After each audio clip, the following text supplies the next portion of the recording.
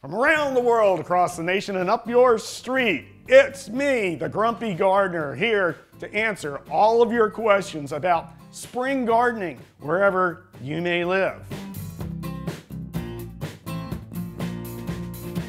When you go into the garden centers now, the first thing you're going to see for your lawn that they put there for you is weed and feed fertilizer. Do not buy weed and feed fertilizer in the spring and put it down now. The fertilizer is there to feed your grass. The weed killer is there to kill existing weeds. But it works best when the weather is warm, in summer. So in other words, put weed and feed down if you're going to use it later in the year, say in June or July. Get yourself a season-long fire ant control. You put it down just like fertilizer with a spreader, water it in, and it keeps the mounds out of your yard for at least 6 months. All you gotta do is Google last frost date and add your zip code, and you will be told when is the last expected frost in your area. If it's already passed, yeah, then you know it's safe to go out and plant all those summer annuals and all your summer vegetables like tomato plants and impatiens and marigolds and everything else. Really, you can put netting over developing fruit if they're stealing all the fruit off your tree so that the air and water and everything can still get through the fruit, but the squirrel can't take it off and chew it.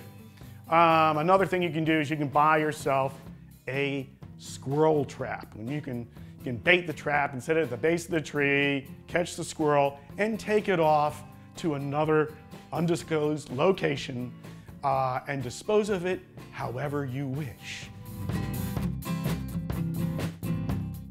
One of the easy ways to get rid of poison ivy is to spray it with a herbicide like brush killer or Roundup or Weed Be Gone. You want to spray when there is no wind so that the spray only goes onto the leaves of your target plant, which is the poison ivy. It doesn't get on anything else.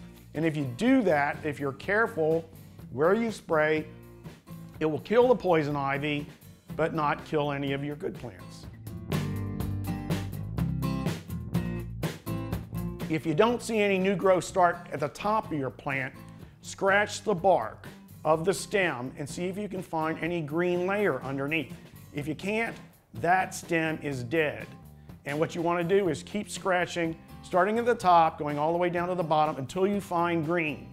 Where you find green, that's how far back you cut your plant.